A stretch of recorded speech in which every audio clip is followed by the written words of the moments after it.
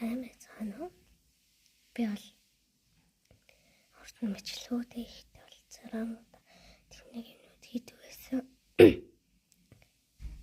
Тэгээд миний жоо хоолоос очиж.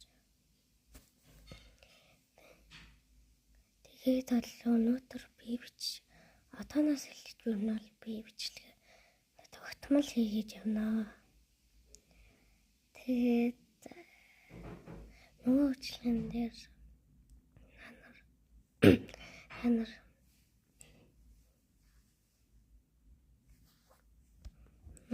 нөгөө бичлэг та нарт таалагдах ба.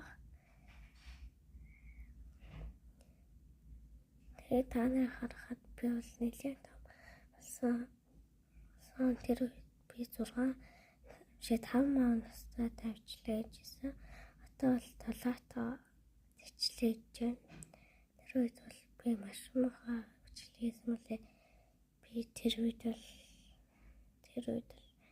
юу хавчихсан юм бол тэг яг тий.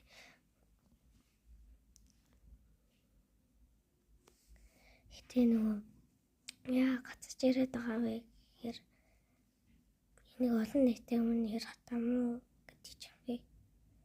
Тэгээд нөгөө энэ YouTube-ээр бүгдээр миний энэ бичлэг бүгдээрээ цацагдсан болохоор жоохон сонирхолтой л та.